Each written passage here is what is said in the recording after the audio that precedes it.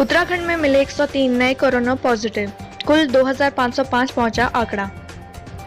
उत्तराखंड में कोरोना के मामले लगातार बढ़ रहे हैं। आज दोपहर स्वास्थ्य विभाग द्वारा जारी बुलेटिन के अनुसार 103 नए मामले मिले हैं। इसके बाद उत्तराखंड में कोरोना संक्रमितों का आंकड़ा 2505 पहुंच गया है। वहीं अब तक 29 लोगों की मौत भी हो चुकी है। बाबा रामदेव ने लॉन्च की कोरोना की दवा कोरोनिल, 7 दिन में ठीक होने का दावा।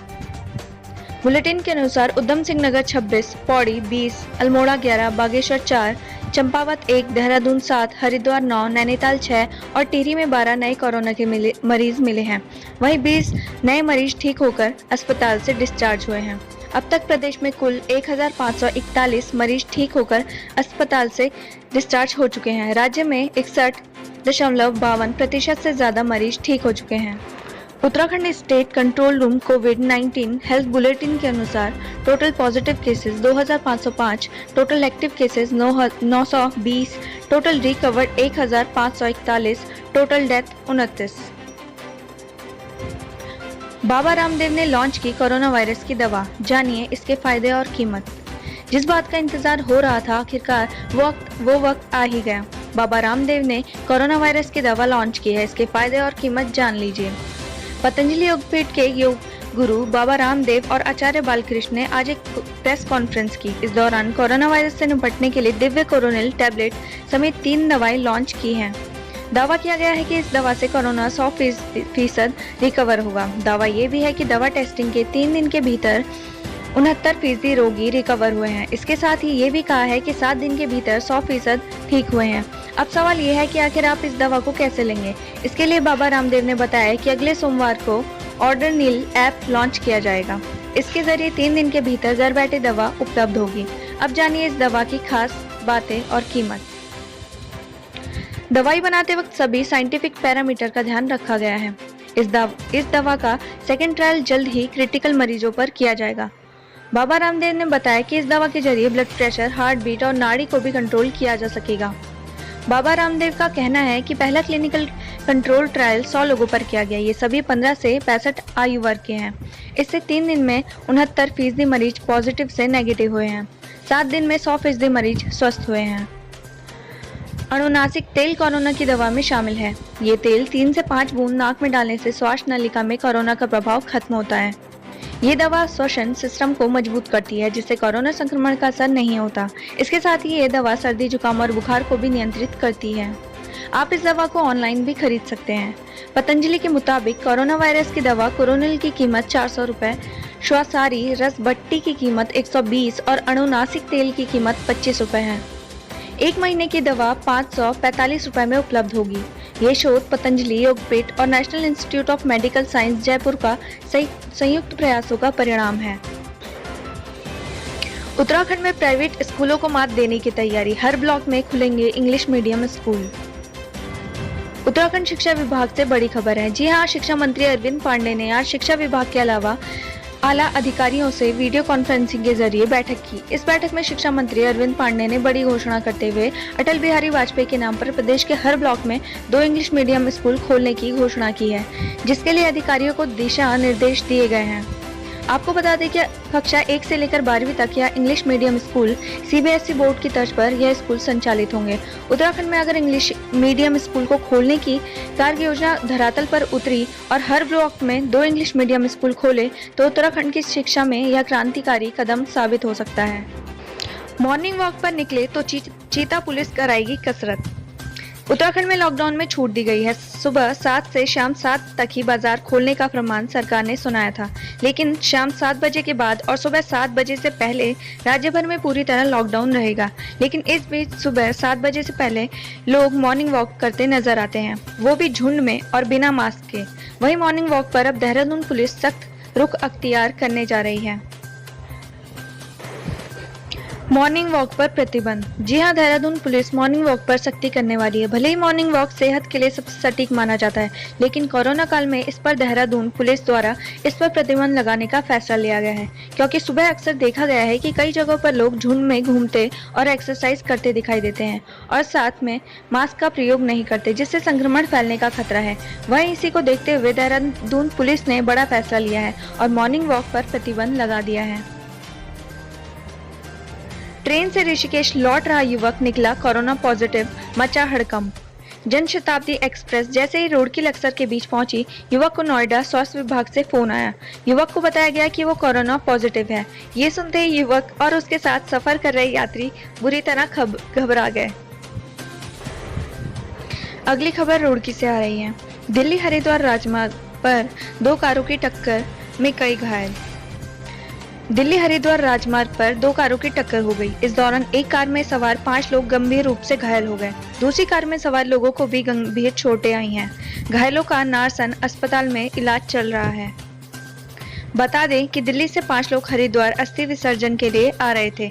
जैसे ही इनकी कार नारसन बॉर्डर पार कर लिब्बर हेड़ी के निकट पहुंची, पीछे से तेजी से गति से आ रही एक कार ने जोरदार टक्कर मार दी। इससे दोनों कारों में बैठे लोगों को काफी गंभीर चोटें आई हैं। नर्स की कोरोना रिपोर्ट आई पॉजिटिव, अस्पताल हुआ सील। उधम सिंह नगर जिले के रुद्रपुर में एक निजी अस्पताल की नर्स की कोरोना रिपोर्ट पॉजिटिव आने के बाद स्थानीय प्रशासन ने अस्पताल को सील कर दिया है। प्रशासन नर्स के संपर्क में आए सभी लोगों की जानकारी जुटा रहा है। घास मंडी की रहने वाली एक युवती की कोरोना जांच रिपोर्ट पॉजिटिव आने के बाद शहर के एक अस्पताल को सील कर दिया गया है।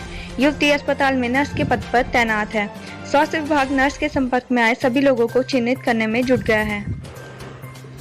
कांग्रेस ने फूका सरकार का पुतला, महंगाई पर घेरा।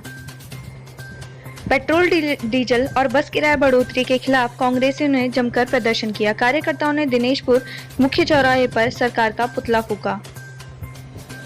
डिलीवरी के लिए गई महिला, डॉक्टर ने पेट में छोड़ दिया तौलिया। काशीपुर की एक महिला ने सरकारी डॉक्टर पर डिलीवरी के दौरान पेट में तौलिया छोड़ने का आरोप लगाया है। महिला ने पुलिस को तहरीर देते हुए कार्रवाई की मांग की है। व्यापारियों ने दुकानों के बाहर पोस्टर लगाकर चाइनीज सामान का किया बहिष्कार। गलवान घाटी में चीन के द्वारा भारतीय सैनिकों पर किए गए हमले का विरोध पूरे देश में किया जा रहा है। वहीं काशीपुर में अभी व्यापारियों ने चीनी उत्पादों का विरोध करना शुरू कर दिया है। व्यापारियों ने दुकान के बाहर पोस्टर लगाकर चाइनीज सामान का किया बहिष्कार। गलवान घाटी में चीन के द्वारा भारतीय सैनिकों पर किए गए हमले का विरोध पूरे देश में किया जा रहा है। वहीं काशीपुर में अभी व्यापारियों ने चीनी उत्पादों का विरोध करना शुरू कर दिया है।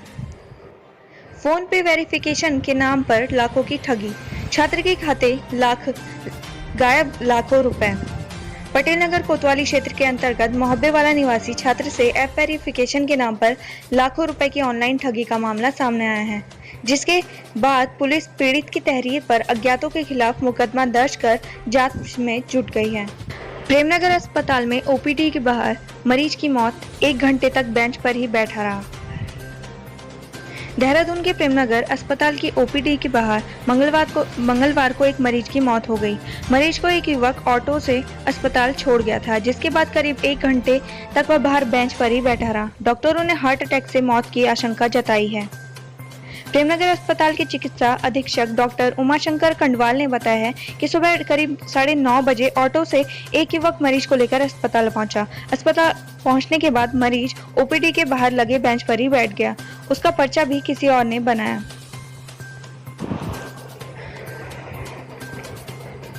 एक 1324 केंद्रों पर छात्रों ने दी परीक्षा। थर्मल स्क्रीनिंग के बाद दिया कक्षा में प्रवेश। उत्तराखंड बोर्ड की हाई स्कूल और इंटरमीडिएट की शेष रह गई परीक्षाएं सोमवार से शुरू हो गई। परीक्षा के लिए प्रदेश में 1324 केंद्र बनाए गए। उत्तराखंड विद्यालय शिक्षा परिषद की सचिव नीता तिवारी के मुताबिक परीक्षाएं 2 पालियों में हुई। सुबह की पाली में हाई स्कूल के उर्दू विषय के छात्रों की परीक्षा हुई, जबकि दूसरी पाली में इंटरमीडिएट जीव विज्ञान के छात्र छात्राओं ने परीक्षा दी। परीक्षा के लिए सभी केंद्रों में पुख्ता व्यवस्था की गई थी। पासपोर्ट के लिए राशन कार्ड भी मान्य, विदेश मंत्रालय ने बदले कई नियम। पासपोर्ट बनाने के लिए एड्रेस और आईडी प्रूफ के रूप में राशन कार्ड भी मान्य होगा। विदेश मंत्रालय के आदेश पर उत्तराखंड क्षेत्रीय पासपोर्ट कार्यालय ने इस बारे में दिशा निर्देश जारी किए हैं। अभी तक पासपोर्ट बनाने के लिए एड्रेस प्रूफ के रूप में ड्राइविंग लाइसेंस, आधार कार्ड, किरायानामा, गैस कनेक्शन, बिजली का बिल आदि मान्य होते थे। इसी तरह और आईडी प्रूफ के रूप में केंद्र और राज्य सरकार के मान्यता प्राप्त फोटो युक्त आई कार्ड मान्य होता था। मानसून 2020 उत्तराखंड पहुंचा मानसून, कई इलाकों में पड़ी पहली फुहार, भारी बारिश से यमुनोत्री हाईवे बंद। उत्तराखंड के कई इलाकों में आज मानसून ने दस्तक दे दी है। कई देर रात से बारिश शुरू हो गई तो कहीं मंगलवार की सुबह मानसून ने पहली बारिश से तर्क कर दिया। वहीं राजधानी देहरादून की बात करें तो यहाँ सुबह से बादल और धूप के बीच आंख मिचौनी का खेल जारी है। उमस में लोगों को परेशान कर रखा है। वहीं देहरादून में भी सुबह 11 बजे के बाद रिमझिम बारिश शुरू हो गई। कुमाऊं मंडल में रुद्रपुर, लोहाघाट, पिथौरागढ़, अल्मोड़ा, भवाली, काशीपुर, नैनीताल, बाजपुर, पंतनगर, रामनगर व चंपावत में सुबह से बारिश जारी है। यहाँ अधिकतर इलाकों में बादल छाए हुए हैं। बात करते हैं उत्तराखंड में डीजल पेट्रोल के बढ़े हुए दामों की। उत्तराखंड में लॉकडाउन का असर तेल की कीमतों पर साफ देखा जा सकता है। प्रदेश के ज्यादातर जिलों में पेट्रोल और डीजल के दामों में लगातार वृद्धि दर्ज की जा रही है। देहरादून में कल पेट्रोल के दाम थे 80 रुपया व 78 पैसा। आज के दाम है 81 रुपए व 9 पैसा। वहीं कल डीजल के दाम थे 71 रुपए व 12 पैसा। वहीं आज के दाम 71 रुपए 87 पैसा। वहीं हरिद्वार में कल पेट्रोल के दाम थे 80 रुपए 6 पैसा। वहीं आज के बढ़े हुए दाम 80 रुपए व 31 पैसे। वहीं डीजल के कल के दाम थे 70 रुपए 43 पैसा व आज के दाम 70 रुपए 87 पैसा। निरंजनपुर मंडी में फल और सब्जियों को किया जा रहा सैनिटाइज। कोरोना संकट के बीच निरंजनपुर मंडी में फल और सब्जियों को सैनिटाइज किया जा रहा है। इसके साथ ही मंडी दूसरे प्रदेशों से फल और सब्जियों को मंगवाकर आपूर्ति को सामान्य करने में जुटा हुआ है।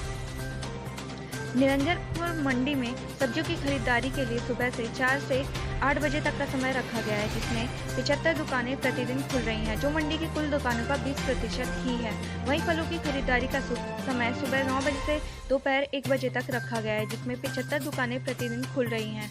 मंडी में नियम व शर्तों के साथ दुकानें खुल रही हैं। कोरोना संकट को देखते हुए महाराष्ट्र की गाड़ियों को सैनिटाइजेशन के बाद एंट्री दी जा रही है।